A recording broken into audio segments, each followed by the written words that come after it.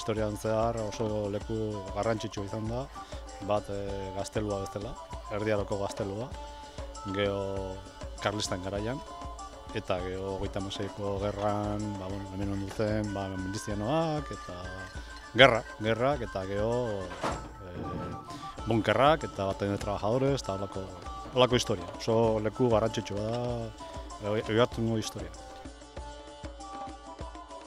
Nafar gaztelu bat zen, 1200 arte, konkistatzen arte, eta geho berriro Nafarroko erregea konkistatu zuen 1376an berriro Nafarroentzako gaztelua, Nafarra bueltatu zen.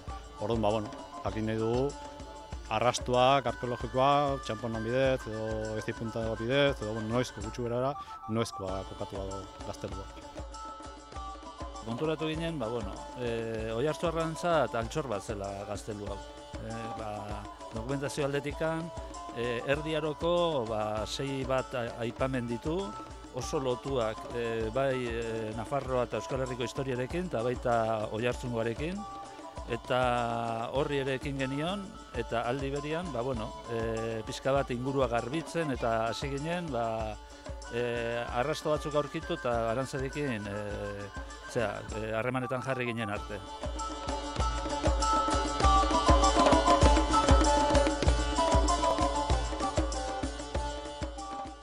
Garbiketa lana bilatzen dugu, gezi-puntak eta ebilak, bornezko labainak, ezpatako puntak, holako gauza, zeramika ere bai, Erdi Aroko gauzak, eta geho, Karlistan garaian ere bai, balazorroak, zeramika ere bai, eta geho gerra, 36ko gerran ere, balak,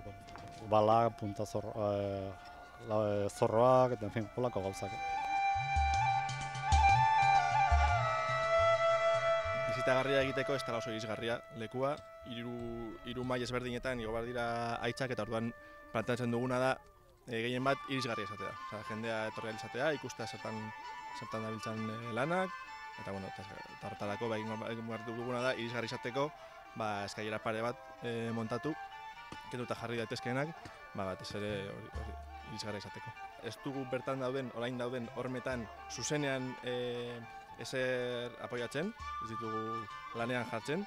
Egiten duguna da, egitura aparteko bat jarri, beraien barruan, ez direnak afektatuko, eta orduan autonomia horrekin funtzionatzeko, reversibilitate hori lortu ahal izateko.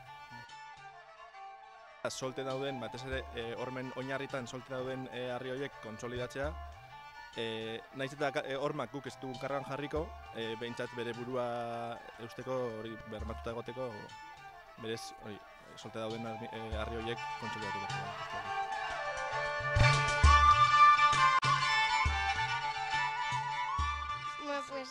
Txango bat itea eta gaztelua eta ikustea, egun pasa. Gaztelakoak Nafarroa konkistatu zuteneko dela. Oso zarra dela eta zakit. Gerrako zerbait. Bai, gerra garaikoa. Bai, politxa da, ni haunditan nahi dut izan arkeologoa. Nahi dut izan gauz batzuk, pero hoien artean arkeologoa sartzen da.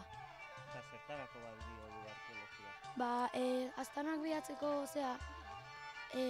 leno zeudena, aspaldi zeuden aztarnak bilatzeko eta orduan informazio gehiago jakiteko lenoko bizimodu bat eta gauza eta informazio bat.